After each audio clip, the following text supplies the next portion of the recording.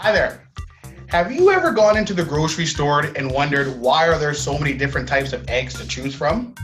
Or have you wondered about that saying that eggs are bad for you? Is there research to show that? Well, I've wondered a lot of those same questions too, and that's why we're doing this video. I'm Dr. Kent Ferguson from Oliver Chiropractic Wellness Clinic, and I'm here with our registered dietitian, Meg Oechslin. Hey, Meg. Hi. And Meg is here to answer a lot of those questions for us. So if you like what we're talking about here, please share this video with anybody that you find that could use the information, or comment on the video itself and leave us some of your thoughts. So to begin, Meg, we want to understand, or I would like to understand for our viewers, what is it that we're eating when we're eating an egg? For sure.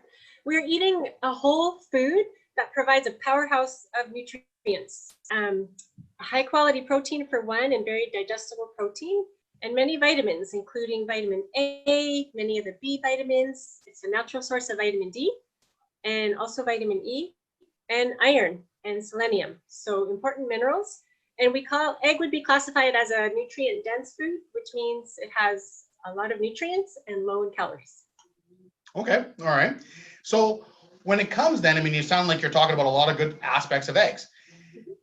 I've heard many times before, I know there's some data to show maybe some different things, but can you talk about the understanding or the idea out there that eggs are bad for you? Yes, there is. Sometimes egg is equated with unhealthy, and that often is around the whole concept of cholesterol. And eggs do contain cholesterol. However, that does not make eggs inherently harmful. And I think it's important to talk about cholesterol for a minute, just to explain. It's a natural substance that our body makes. The liver produces it, so it's found in the body. And in fact, the body produces about 80% of our cholesterol. And then the remaining 20% comes from our diet. So other foods that contain cholesterol would be meats and cheese, eggs, and shellfish predominantly. So only found in animal foods, because only animals have a liver. Plants don't have a liver, so plant foods do not contain any cholesterol. Okay, all right. So if I'm hearing you correctly there again, and that's something that might be lost to a lot of our viewers or anybody that's not versed in the topic, that our bodies produces more cholesterol than we typically eat. Absolutely. And so the fact that our bodies produce it, we need it. Absolutely, and it plays such an important role. Like, it helps to produce vitamin D, helps us to produce hormones, digestive fluids, and it even is a component of our cells. So it's super critical. Yes, we can get too much cholesterol sometimes, and that can happen because some bodies genetically produce more, or there's other dietary and lifestyle components that contribute to cholesterol as well. So, that's been around 2, 3, 4 decades. There was a lot of focus and research on cholesterol contributing to heart disease.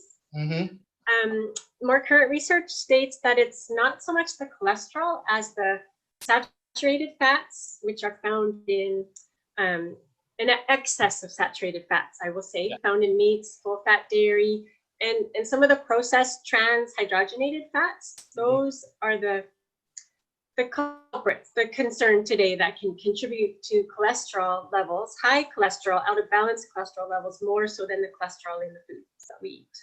And I think some of these food producers and companies know that, because you might even, as you're saying, trans fats and hydrogenated fats, they're changing the name on the labels. Oh, they are. Oh, yeah. Like, so much of food is about marketing, right? Yeah. So much about marketing, and they'll even put cholesterol free on a vegetable oil that, yeah. It's funny. You have to laugh. So.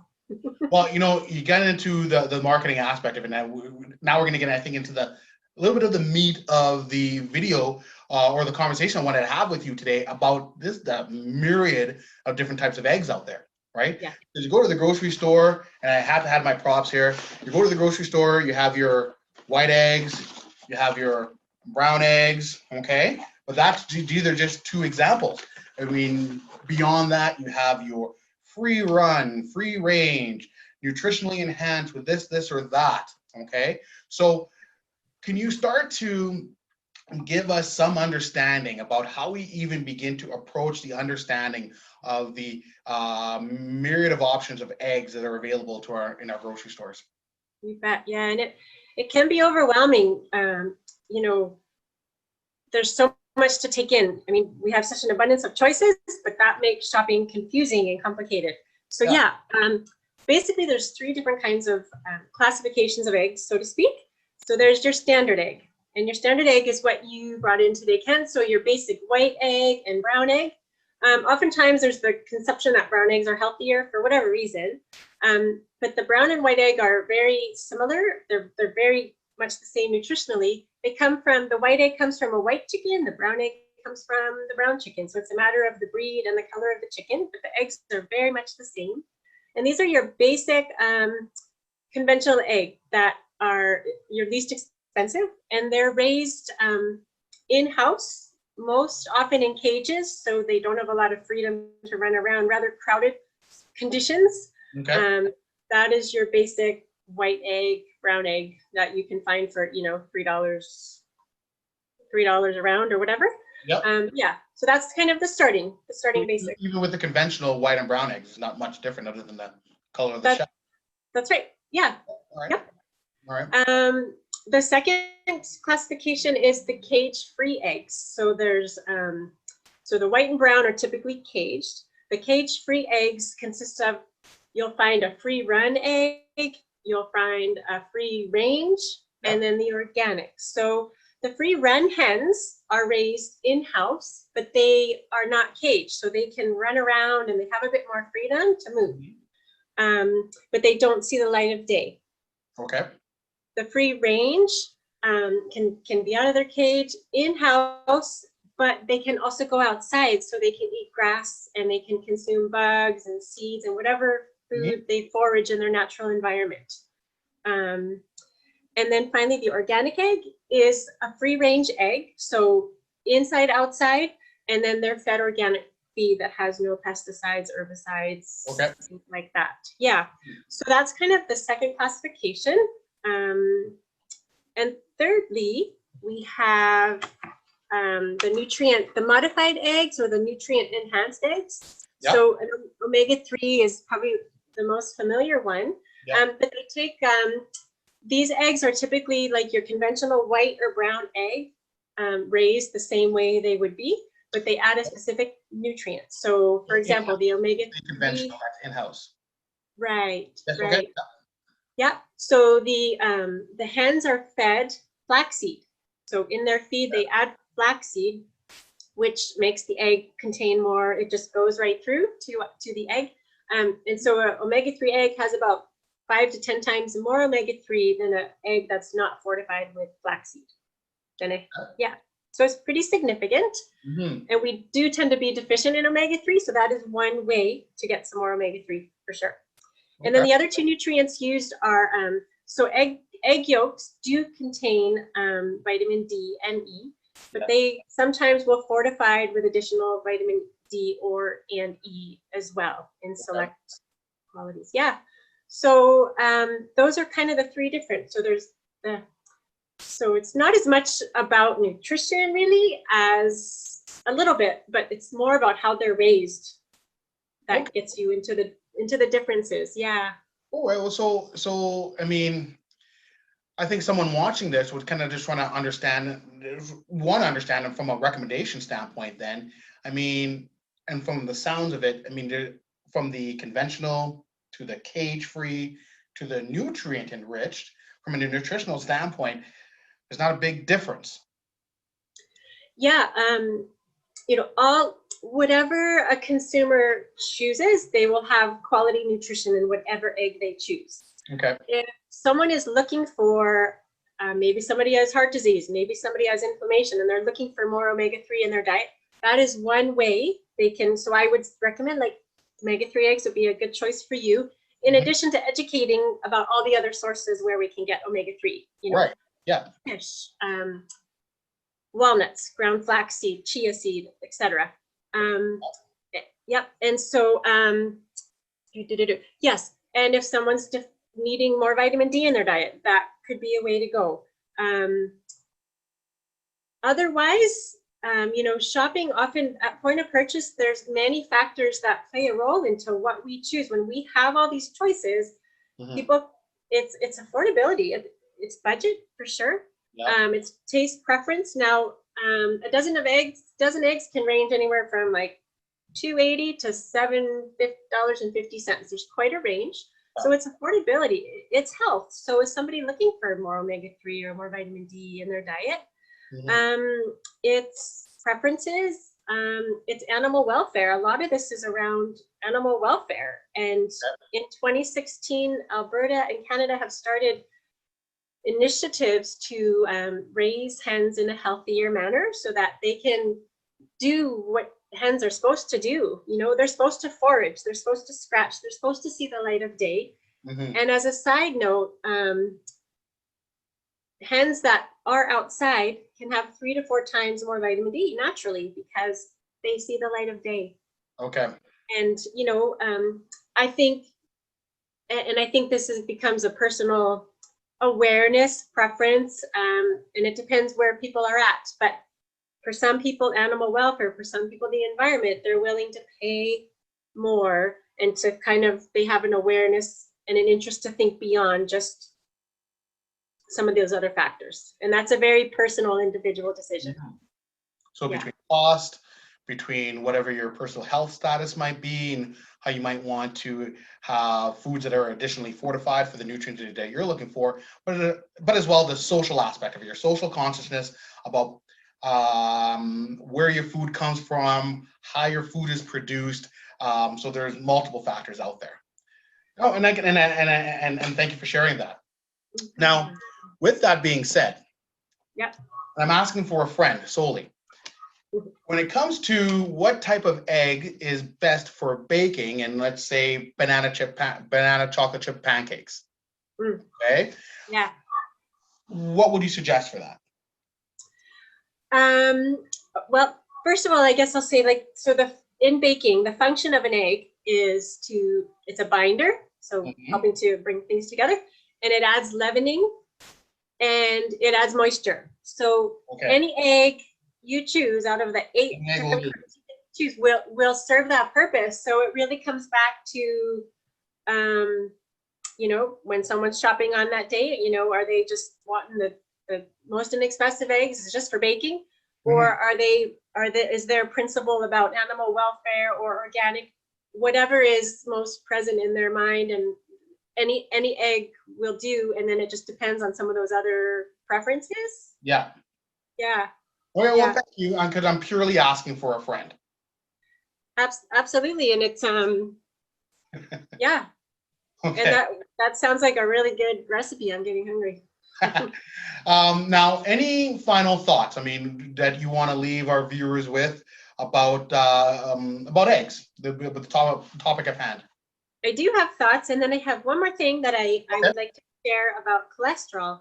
Yep. Because I get asked, like, how many eggs a week is it okay? You know, is it safe to eat? Yep. And so, to give context, so the recommendation for how much cholesterol we should have in a day on average, like over time, is 300 milligrams of cholesterol per day. Okay. Yep. One egg has 200 milligrams of cholesterol. So for the healthy person, again, who cholesterol is not a big deal, but you still don't want to eat eggs and fatty meat and lots of cheese and shellfish like every day, right? It's still about balance and moderation. So the current recommendation is a healthy individual without heart disease, without diabetes, without high cholesterol can have an egg a day or 2 eggs 3 times a week. Okay.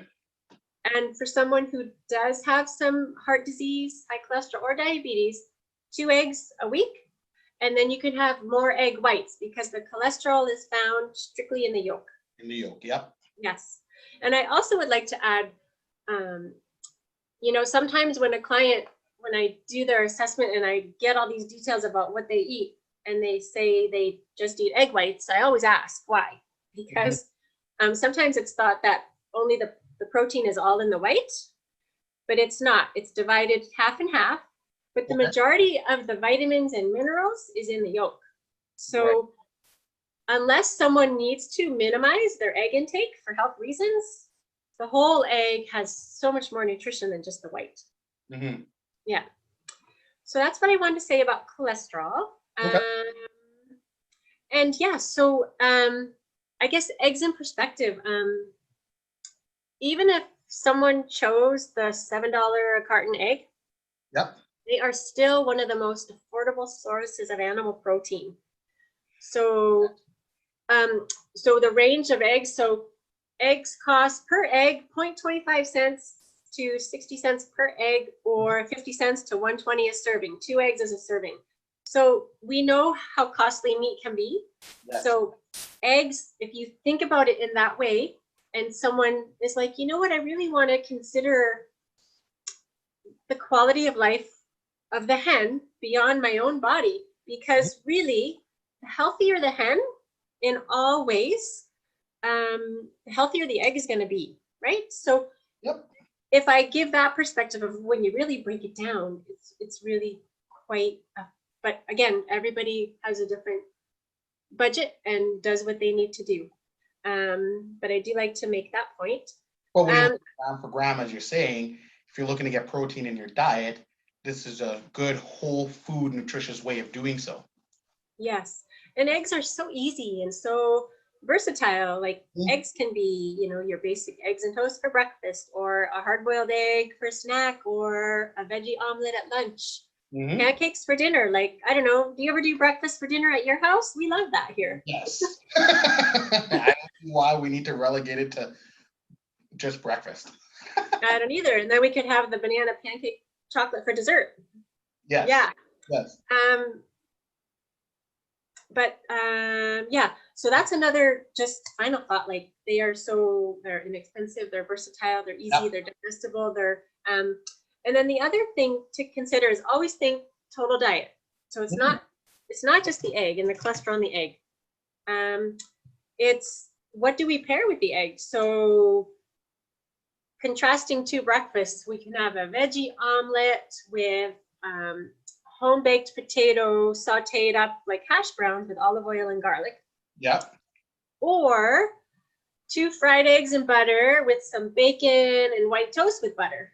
So the eggs aren't the concern there. The concern is more the saturated fat in the bacon, butter, right? Yeah. Or we could have shoot, I can't remember my other. Oh yeah, 2 soft-boiled eggs with sprouted bread and fruit. Or we can have scrambled eggs with cheese, sausage, and processed hash browns that are deep fried in hydrogenated oil. So you get my point. We need to look at everything. Yeah. Yeah, and so it's not the cholesterol in the egg that's the big concern. It's looking beyond that to what else we may be eating with it. Okay. Yeah, and I think that summarizes everything in an eggshell. Do you have anything else to say? No, I know. I think that's fantastic. I mean, and I think someone who goes into the grocery store having questions, hopefully they get a little bit more understanding from watching this video, because again, it comes down to maybe what some of the budgetary concerns that someone might have for themselves personally or for their families. But when it comes to the nutritional profile of eggs, unless you have a specific health concern, you're getting pretty much the same thing. So are you more concerned about how that egg is raised? Okay, and if not, then there are some other options there for you that you can save some money. And then you get down to the really fortified eggs with vitamin D, vitamin E. But you made I think a pretty good point there, though, that when you are dealing with more of a free range egg that is able to live in its more natural habitat and in its environment, that nutritional profile of the egg bumps up a little bit. Okay, so it's not as simple of a choice, all right? And I guess that's why there's such heavy marketing in the terms of, hey, what you have as an option for egg on your plate. That's right. And you know, it's just like there's all this there's more awareness about like grass-fed beef and grain-fed beef. Yes.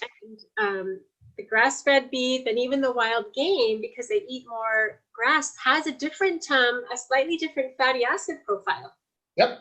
Which makes sense, because we recommend to people like have more omega-3s for people to keep their cholesterol levels healthy.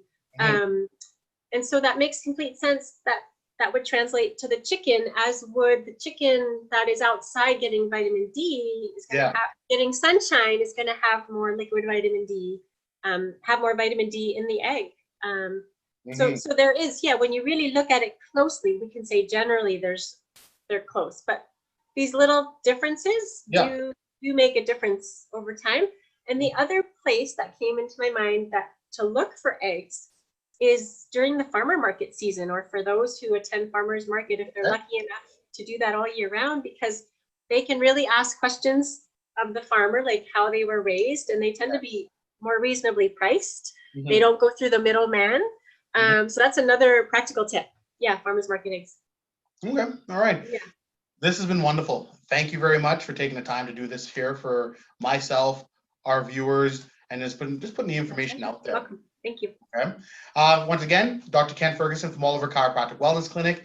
I was here with Meg Oechslin. She's our registered dietitian here at our office. You can look at what we have to offer here at our office at www.ocwc.ca. If you're looking for specific dietary coaching, dietary nutritional needs, you can look specifically under our nutritional section, get an idea about some of the services that Meg has to offer. Meg's been in the nutritional coaching environment for the last 25 years, so she comes with a wealth of knowledge. So stay tuned, because I'm going to be picking Meg's brain in the future about other topics. Thanks for watching, everyone. Thanks, Ken. Thank you. Bye now. Bye.